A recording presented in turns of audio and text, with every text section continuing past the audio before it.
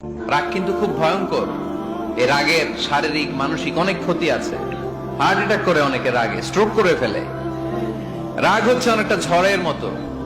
কিসের মতো? ঝড় যেমনি একদিক থেকে এসে সব লন্ড ভন্ড করে দিয়ে অন্য দিক দিয়ে ছুটে চলে যায়, যখন ঝড়টা হয় তখনও তো টের পাওয়া যায় না। রাগও তেমন। যখন রাগটা আসে কি যে করে ফেলছি তখন বোঝা যায় না। রাগ চলে যাওয়ার পরে, মাথা ঠান্ডা হওয়ার পরে তখন বোঝা যায়, হায় রে এটা কি করলাম। এরকম অনেক, যেহেতু হিতাহিত জ্ঞান থাকে না, অনেক দুর্ঘটনা ঘটে যায়।